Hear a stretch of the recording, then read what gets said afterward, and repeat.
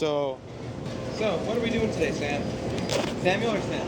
Hi, my name is Samuel. I'm basically filming a documentary. It's ongoing. And for a long time, I've been fascinated by an artist named Julian Schnabel, who happens to be Jewish. And I feel at the core of his practice and the things that he's pursuing, it's oriented around his Jewishness. But I think that that's a precarious thing to say, and he wouldn't like that I would say that.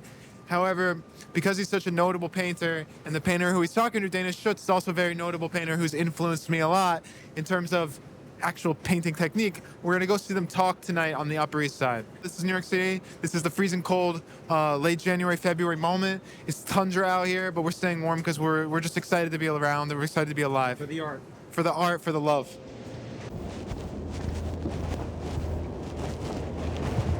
When it comes to art, art is like talking about God.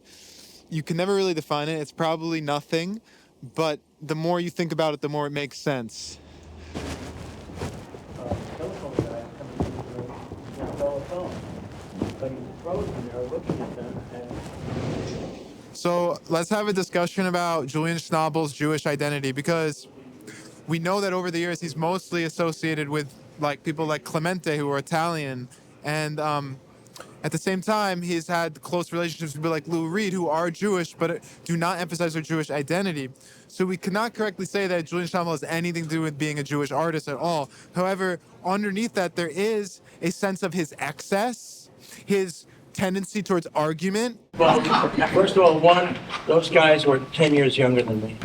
I mean, Kenny, Keith, Jean-Michel.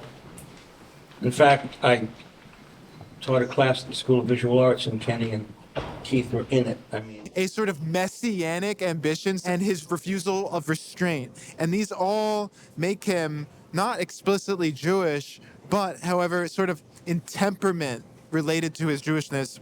And so this sort of pre-modern aesthetic, and is interested in not a Protestant minimalism, but some sort of, art that feels sacred. I have a question. yes. On a personal level, what has painting done for you, either like psychologically, emotionally, even spiritually? What has the act of painting done for you on a personal level? Well, it saved my life.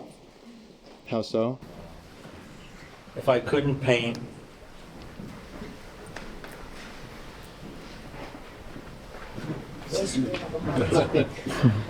what do I have to tell you? That I would blow my brains out?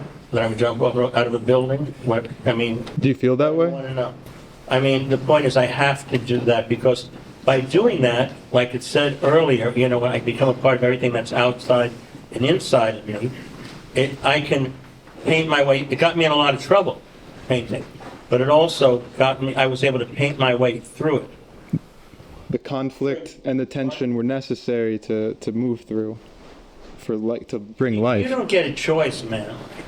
You don't get to pick. You're stuck in this life. You're born into it. Okay? You're going to get sick and you're going to die. Okay? And the people that you love are going to die. And you're going to be disappointed, and there's going to be moments when you feel real joy. And you're going to learn what is important about what is simple, and you're going to learn about what is a waste of time. And you're going to make a decision, if you have the privilege to do it, to do something that you love to do. So when I'm painting, I feel like I'm okay. I can get on with the rest of the day. I could talk to other people. I could be with my family. I could behave. I don't have to jump off the balcony of my palazzo. I mean that's essentially, and we made this film that you'll see that's coming out in the summer, and it'll be in some festivals or whatever. But it's complicated. It was complex. And dealing with other people, when you deal with other people, they don't have the same intentions. There's a difference between art and commerce. And if you want to make art, Marlon Brando said to me, if you're looking for art out here, Hollywood, you're going to get bruised. But there's a difference, and people get involved because of money or whatever. I mean, there's three things that are basically, money is the root of all evil, monotheism is the root of all evil, and stupidity.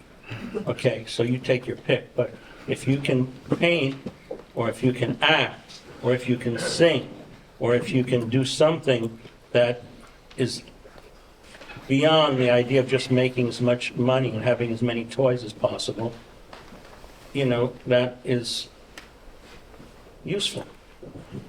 I see it as a utilitarian kind of thing. It's something that me personally, in terms of my own physiognomy, my own psychological need, I mean, it saved my life. I told you that before. Basically, that's it. His response to the question was pretty, like, visceral. Like, I felt the intensity of himself to, like, sort of validate the I guess you could say the activity that he's engaged with. And to me, it felt very Jewish. It was very dramatic. It was very existential. And it was very, like, total, like a zealousness. And so, you know, without ritual, like Picasso, without ritualistic life, he needed to insert ritual into his being. And I think that's my takeaway from what I got in my gut there. So Samuel, how does tonight's event affect you as an artist?